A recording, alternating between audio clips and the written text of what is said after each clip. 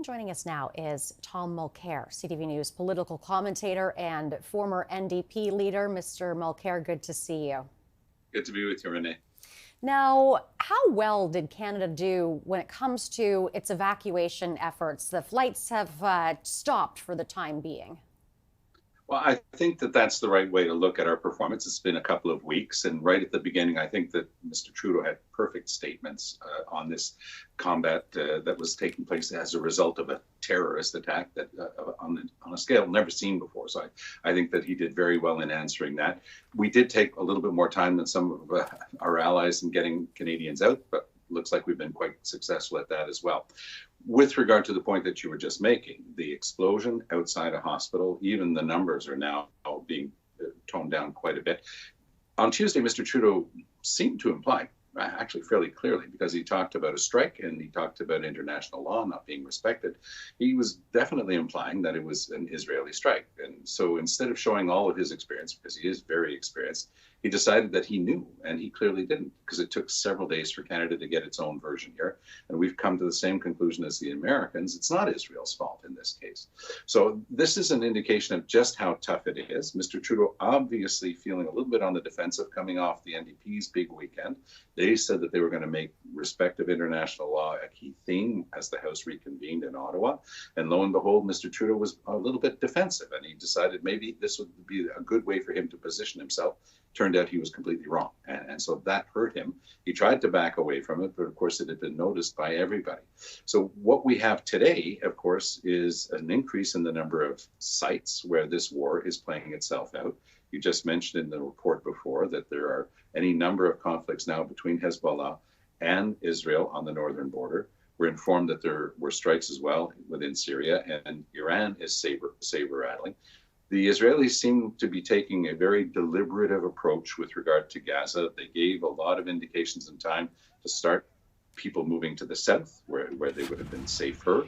It's not going to be safe anywhere. But we've also got the humanitarian aid finally making it through the border with Egypt, which is good news. It's only a drop in the bucket, but it's better than what we've had up until now.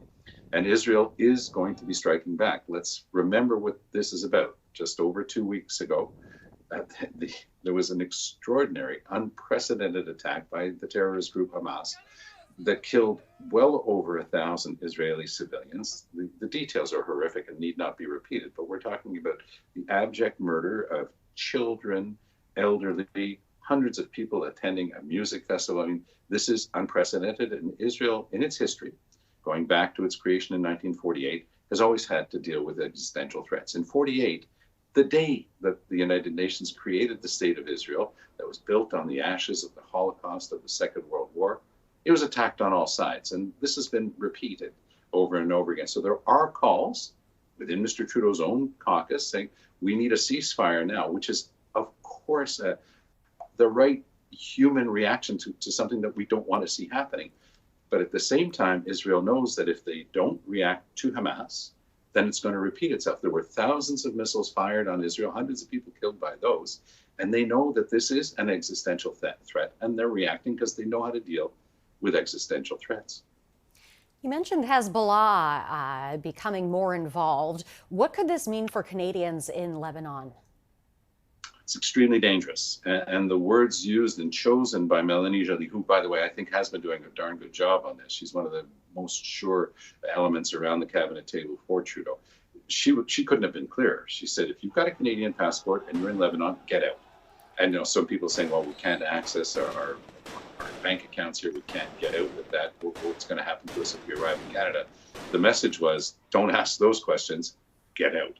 So obviously Canada, because we're a very close ally of Israel and of the United States, has enough information to want to warn our citizens in Lebanon. Now, that for the whole world is very bad news, René, because as this ramps up, obviously Iran is saying, oh, we might just get involved ourselves.